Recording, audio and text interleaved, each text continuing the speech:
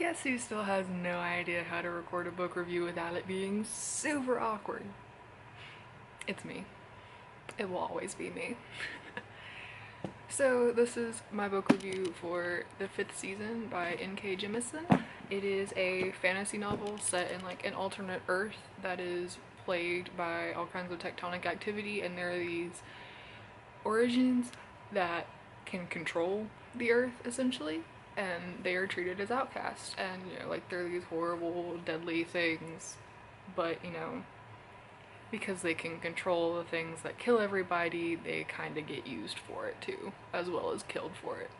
And that's pretty much the basis of the story, but I'll read the Goodreads summary because it somewhat summarizes it better than I ever could. This is the way the world ends for the last time. A season of endings has begun. It starts with a great red rift across the heart of the world's sole continent, from which enough ash spews to darken the sky for years, or centuries. It starts with death, with a murdered son and a missing daughter. It starts with betrayal and long dormant wounds rising up to fester, and it ends with you. You are the stillness, a land long familiar with catastrophe, where origins wield the power of the earth as a weapon and are feared far more than the long cold night, and you will have no mercy.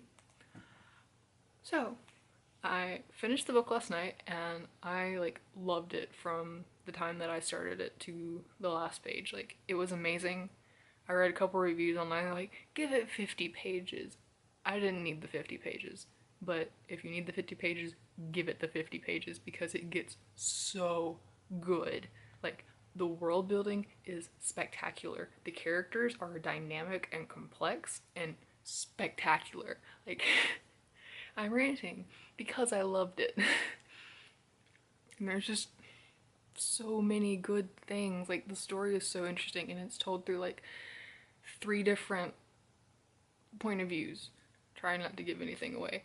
But it's told through like 3 point of views that come together in this really cool way and like just tell this complete story and history.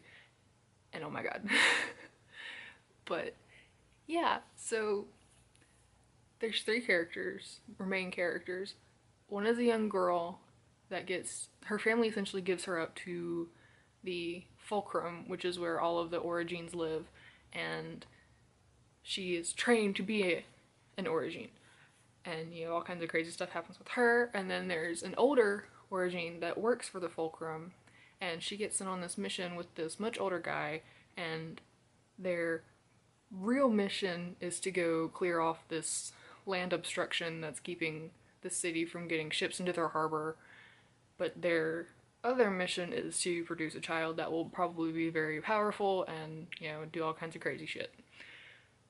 The third character is an older woman who comes home to find her son dead one day. And her husband is missing and her daughter is missing.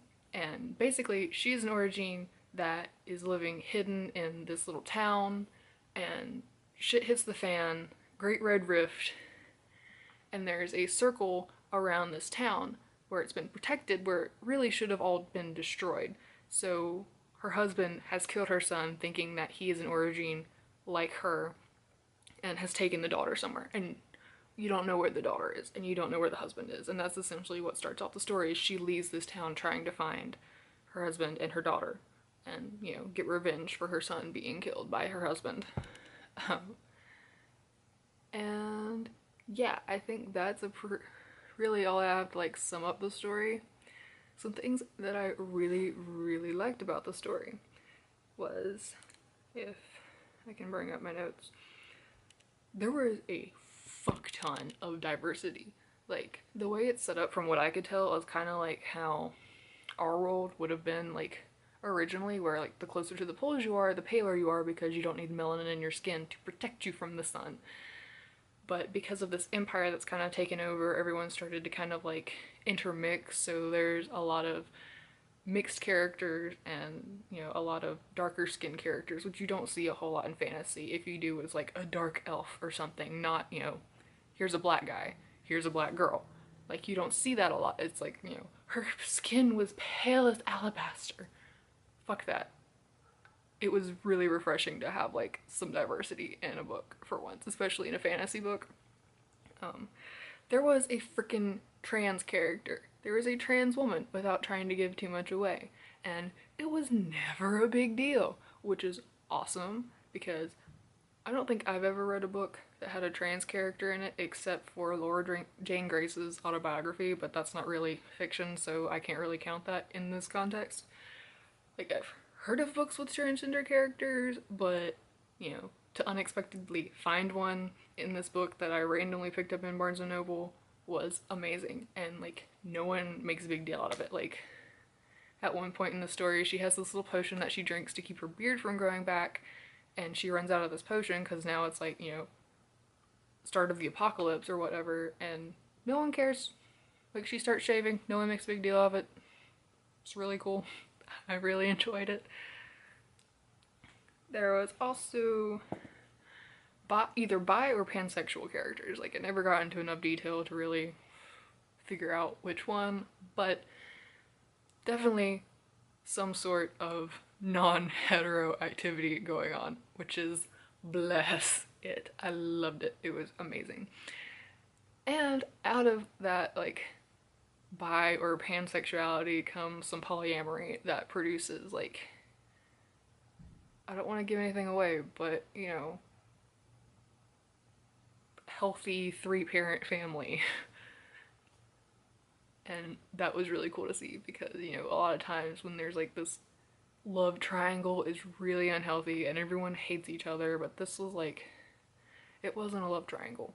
It was, you know, person here, and third person here didn't really like do a whole lot together, but, you know, third person over here was very much a part of their relationship.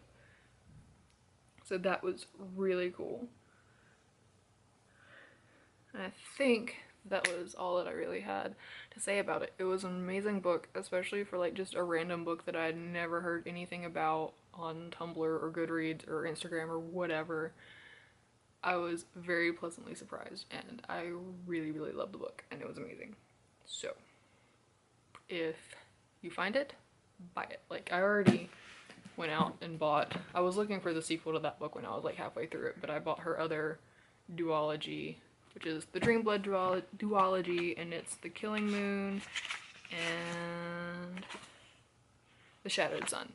So, and I normally hate bind-ups like this, but it was the only other book they had by her, and just, yes. And the sequel to this book should be here tomorrow because I ordered it from Amazon because I wasn't gonna wait for Barnes & Noble to get their crap together and get it in the store. So, yeah.